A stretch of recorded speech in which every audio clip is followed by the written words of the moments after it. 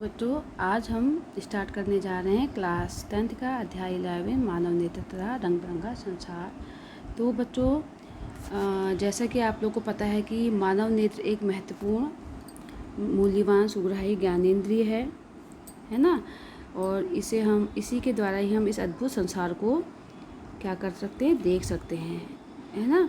तो बच्चों, जो ये नेत्र होता है यह एक नेत्र गोलक में स्थित होता है और जो ये नेत्र गोलक होता है इसका व्यास 2.3 सेंटीमीटर होता है।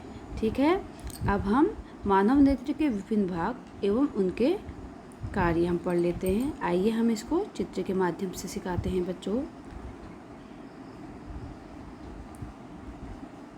तो बच्चों देखिए, ये हमारा मानव नेत्र है। मानव नेत्र क्या है? एक महत्वपूर्ण, अत्यंत मूल्यवान एवं सुग्राही ज्ञानेंद्रिय है।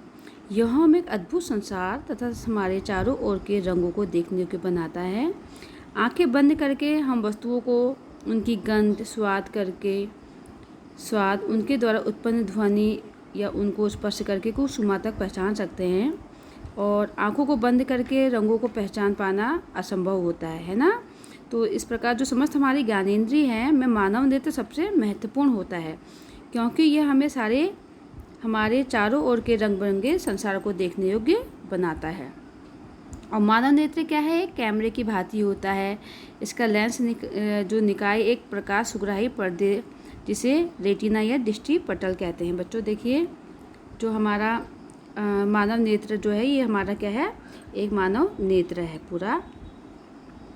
तो इसमें क्या है ना बच्चों, ये इसका लेंस निकाय एक प्रकाश सुग्राही पर्दे जिसे हम क्या कहते हैं? दृष्टि पटल कहते हैं। देखो ये दृष्टि पटल है ना, दृष्टि पटल कहते हैं, पर प्रतिबिंब बनता है। जब हम कोई भी प्रकाश किरणें यहाँ पे एंट्री करती है तो उसका जो प्रतिबिंब बनता है दृष्टि पटल पर बनता है। ठीक, इस दृष्टि पटल को रेटिना भी कहा जाता है। ये क्या होता है? प्रकाश सुग्राही एक पर्दा होता है। ठीक है, प्रकाश एक पतली झिल्ली से होकर नेत्र में प्रवेश करता है। इस झिल्ली को कॉर्निया या स्वच्छ मंडल कहते हैं। क्या कहते हैं?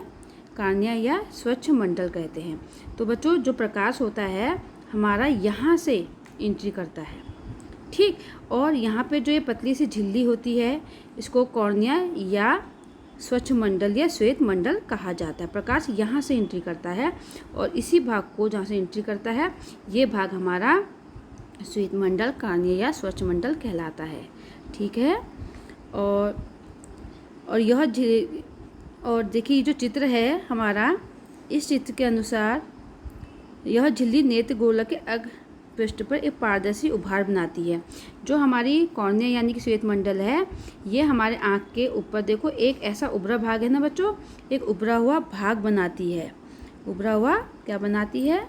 उभार बनाती है। और नेत्र गोलक की आकृति लगभग गोलाकार होती है। और जो नेत्र गोलक की आकृति होती है लगभग क्या होती है? गोलाकार, इस टाइप से होती है ना बच्चों। नेत्र में प्रवेश करने वाली प्रकाश किरणों का अधिकांश अपवर्तन कॉर्निया के बाहरी पृष्ठ पर होता है।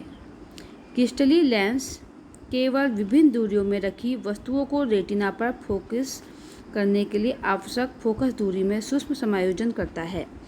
और जो हमारा जो क्रिस्टली लेंस जो है ये आने वाले जो प्रकाश होता है, जब किसी वस्तु से जो प्रकाश आता है ये लेंस जो होता है विभिन्न दूरियों पर रखी वस्तुओं को इस रेटिना यानी कि दृष्टि पटल पर फोकस करने का काम करता है।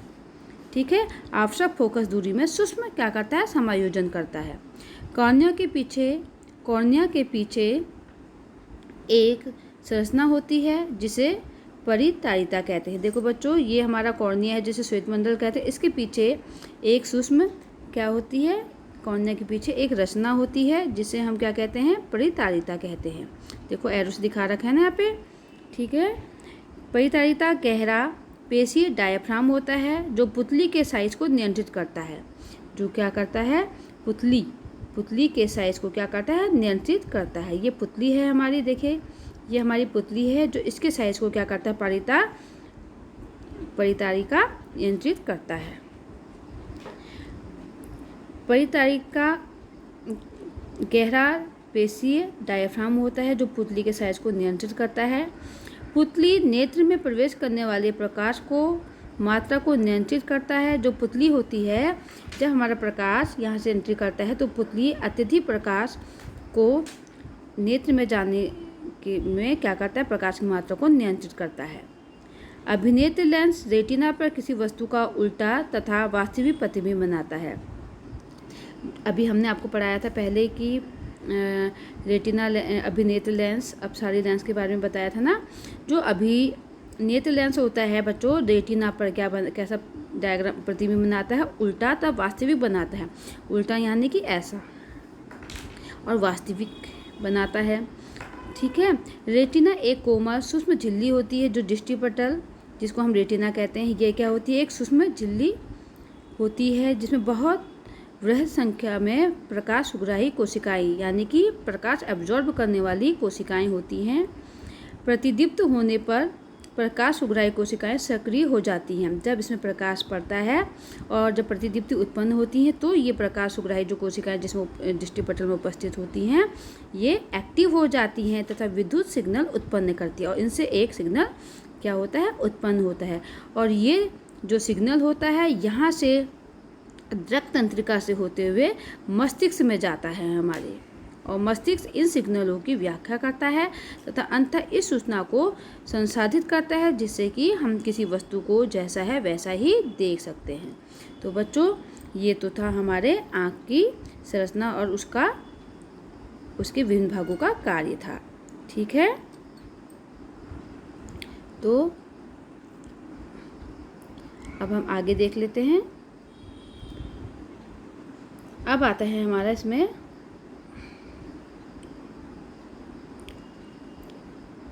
दूरबिंदु क्या होता है ना। तो दूरबिंदु क्या होता है बच्चों, देखिए दूरबिंदु वह सूक्ष्मतम बिंदु जिस पर कोई नेत्र वस्तुओं को सुस्पष्ट देखता है और नेत्र का दूरबिंदु कहलाता है। दूरबिंदु वो है जिस बिंदु पर कोई मनुष्य की जो आंखें हैं वस्तु को सुस्पष्ट क्लियर देख सकती है, नेत्र का दूरबिंदु कहलाता है। सामान्य नेत्र के लिए यह अनंत दूरी हो सकता है। जो सामान्य नेत्र है उनके लिए यह बिंदु अनंत यानी कि अनंत दूरी भी हो सकती है। ठीक। एक होता है दूरबिंदु, दूसरा होता है निकट बिंदु। निकट बिंदु क्या होता है बच्चों, वह न्यूनतम दूरी जिस पर कोई वस्तु बिना तनाव के अत्यधिक स्पष्ट देखी जा सकती है, उसे हम नेत्र का निकट बिंदु कहते हैं। क्या कहते हैं, निकट बिंदु कहते हैं। ठीक है। एक होता है दूरबिंदु और एक होता है निकट बिंदु। ठीक है। अब देखिए, किसी सामान्य दृष्टि के कारण वयस्क के लिए निकट बिंदु आँख से लगभग 25 सेंटीमीटर की दूरी पर होता है। बच्चों, ये क्वेश्चन बहुत पूछा जाता है कि वयस्क के लिए निकट बिंदु कितने का डिस्टेंस होता है, तो आपको बताना है निकट बिंदु आँख से लगभग 25 सेंटीमीटर की दूरी पर होना चाहिए। इसे सुस्पष्ट दृष्टि की न्यूनतम दूरी भी कहा जाता है। ठीक है। अब आता है आपका समझन क्षमता। तो समझन क्षमता को देख लीजिए। तो बच्चों, समझन क्षमता देखिए, जो हमारी अभिनेत्र लेंस की वह क्षमता जिसके कारण वह अपनी फोकस दूरी को समायोजित करता है, समझन क्षमता कहलाता है। आपका क्वेश्चन आ जाता है कि समझन क्षमता किसे कहते हैं। अभिनेत्र लेंस की वह क्षमता जिसके कारण फोकस दूरी को समायोजित कर देता है, समझन कहलाती है। लेंस की वक्रता प्रक्षेपाभी पेशियों द्वारा नियंत्रित हो जाती हैं। ठीक। अभिनेत्र लेंस जो होता है बच्चों, जो हमारा अभिनेत्र लेंस है, लेंस रेशेदार जैलीवृत पदार्थ का बना होता है। इसकी वक्रता में कुछ सीमाएं प्रक्षेपाभी पेशियों द्वारा अनुपादित किया जाता है। अभिनेत्र लेंस की वक्रता में परिवर्तन होने पर इसकी फोकस दूरी भी क्या हो जाती है, परिवर्तित हो जाती है ना। जब पेशियाँ शिथिल होती हैं तो अभिनेत्र लेंस पतला हो जाता है। देखो बच्चों, अभी हमने आंखों की संरचना बताई थी तो हमने आपको कुछ उसमें बताया था ना, जो हमारी जब पेशियाँ जो शिथिल हो जाती है ना बच्चों, जब पश्चिमाभी पेशियाँ शिथिल हो जाती तो लेंस क्या हो जाता है, ये पतला हो जाता है। ठीक है, पतला हो जाता है। ठीक। जब आँख की पश्चिमाभी पेशियाँ शिथिल हो जाएंगी तो लेंस हमारा पतला हो जाएगा और फोकस दूरी क्या हो जाती है, बढ़ जाती है। ठीक। और इस स्थिति में हम दूर रखी वस्तुओं को स्पष्ट देख पाने में समर्थ होते हैं। तब हम दूर, कितनी भी दूर रखी होगी वस्तु, उसको हम देख सकते हैं। ठीक है। और यदि जब आप आँख के निकट की वस्तुओं को देखते हैं तब पछमाभी सिकुड़ जाती है। जब हम निकट की वस्तुओं को देखते हैं तो हमारी पछमाभी पेशियाँ जो होती है सिकुड़ जाती है, तब हमारा जो लेंस होता है वो मोटा हो जाता है और फोकस दूरी हमारी कम हो जाती है। इसमें अभिनेत्र लेंस की वक्रता बढ़ जाती है और अभिनेत्र लेंस तब क्या होता है, मोटा हो जाता है और परिणाम स्वरूप क्या हो जाएगा, इसकी अभिनेत्र लेंस की फोकस दूरी घट जाती है और इससे हम निकट रखी वस्तुओं को स्पष्ट देख सकते हैं। ठीक है। अब हमारा आता है दृष्टि दोष तथा उसका संशोधन। दृष्टि दोष तथा उसका संशोधन हम पढ़ लेते हैं। ठीक है, तो उसको हम देख लेते हैं।